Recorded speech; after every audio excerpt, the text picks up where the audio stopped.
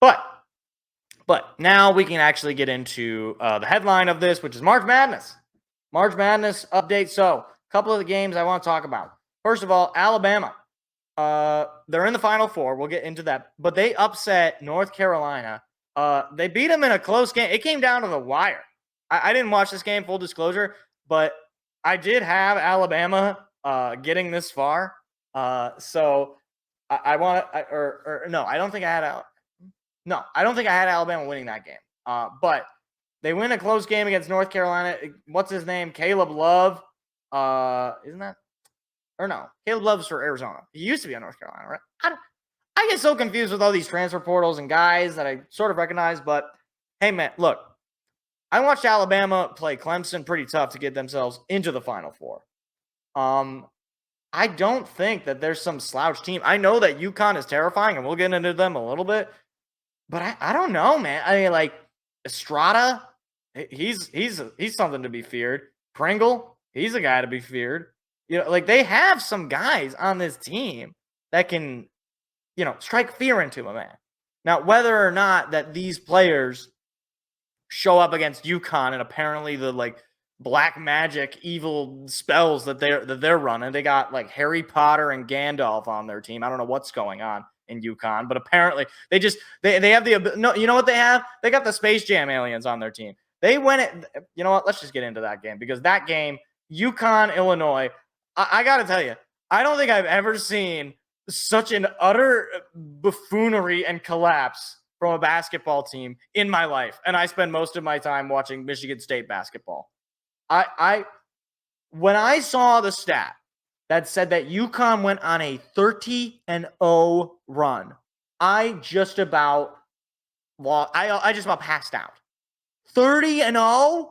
How do you not score 1 point while the other team is scoring 30? Like, I don't even know how, like, statistically speaking, okay? Like, I'm talking pure mathematics. There is no world where that should happen. But it did. And again, it's not like in this game, it wasn't like you had just one guy really take. I mean, you had Klingon, he had 22 total points in the game. And I mean, he's a stud, obviously. But like, other than him, it's, a couple of guys in double digits, a couple of guys off the bench in double digits, but it's 10, 11 points. Like, this UConn team is just built different. And I think what's even scarier is their coach. What's his name? Dan Leary. Dan Leary.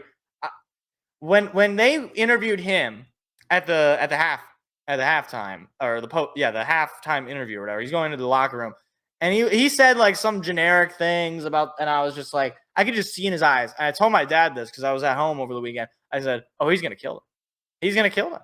He's pissed off because the game was close at the half. It was 28-22, I believe, at the half. But I don't know what happened in the second half. It wasn't like they shot very well from three. They shot 3 for 17 from three. But they shot the ball 60 times. 31 for 60. More than half the time they got a shot off, they were making the basket. Meanwhile, Purdue shot 25% from the field goal. That's just math. That's just science. You're not going to win that game. It's just not going to happen. Like, if you just look at the box score and you don't, outside of maybe the field goals and three-pointer, even, honestly, you look at the three-pointer, if you didn't look at the field goal percentage, you looked at everything else, you'd basically be like, oh, okay, this is probably a pretty close game. I don't really know who would win.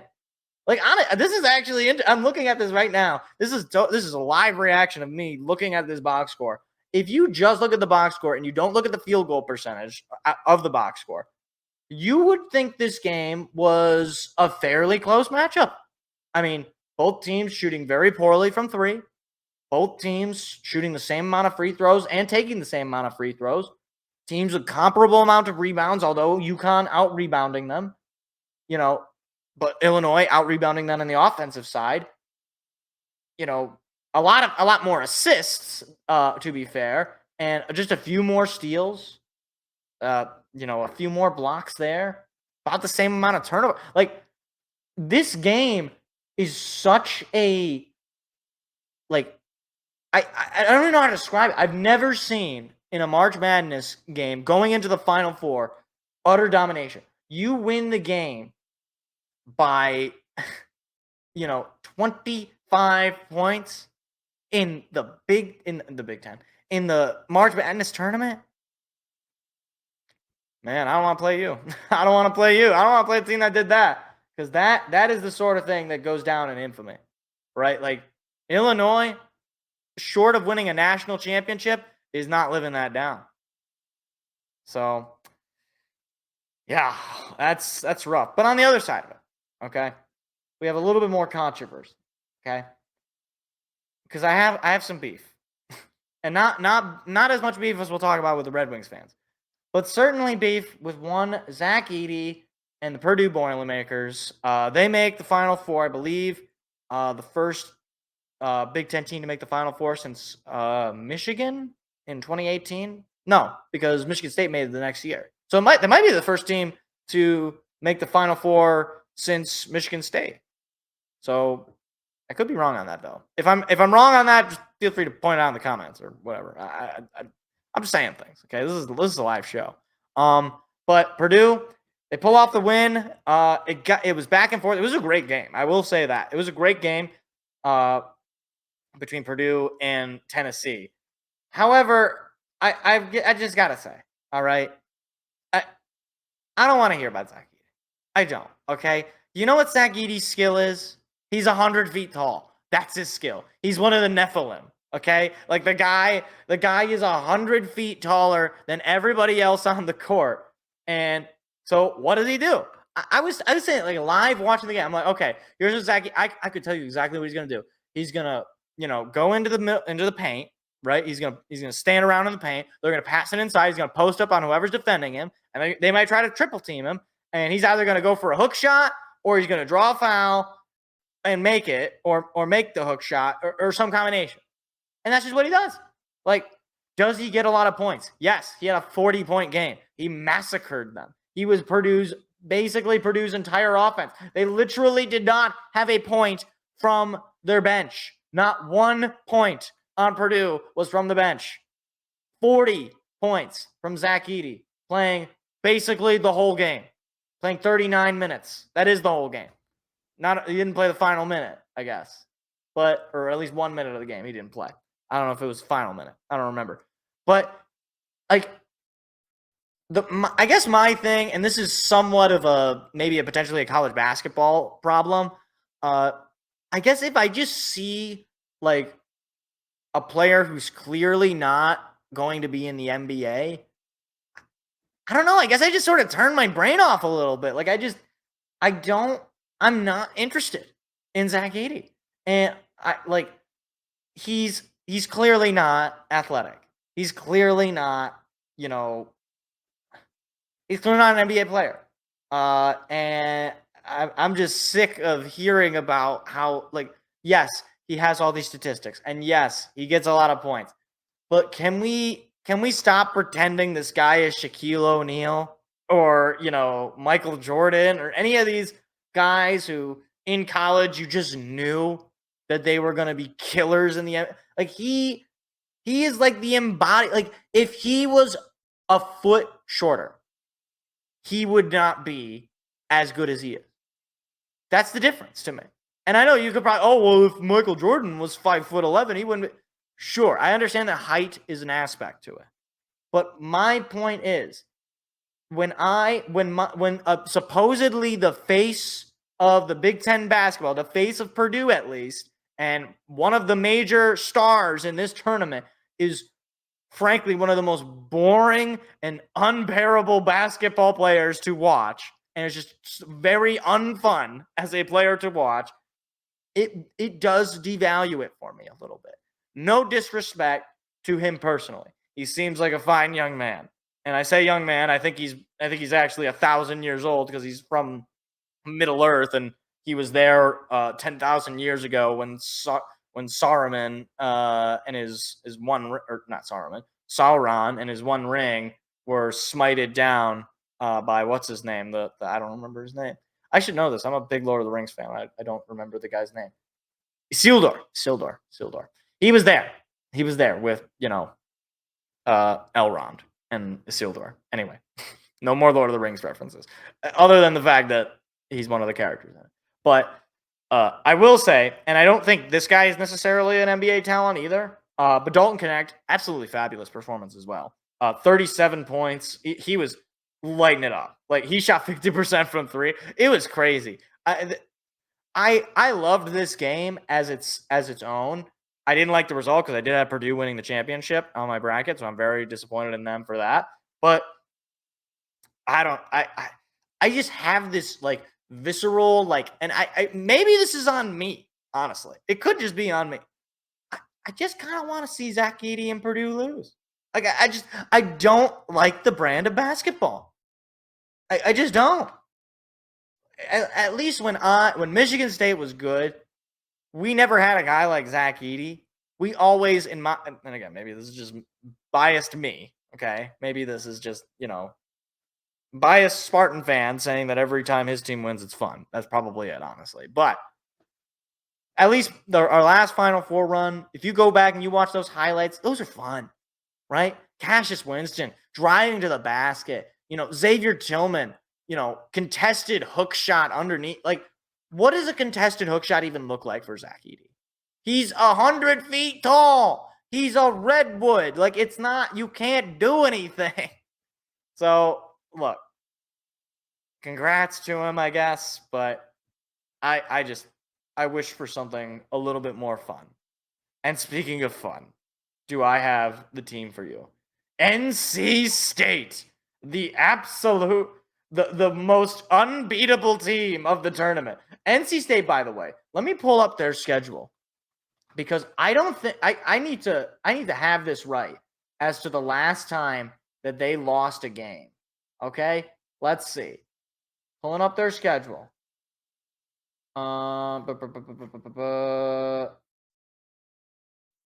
Is that right? Wait, this is the men's, right? Yeah. Is it right? Okay, why am I getting women? Why am I getting a woman on the NCAA men's? What is this? Yeah, okay. This is the men's. I don't want to double check. Okay.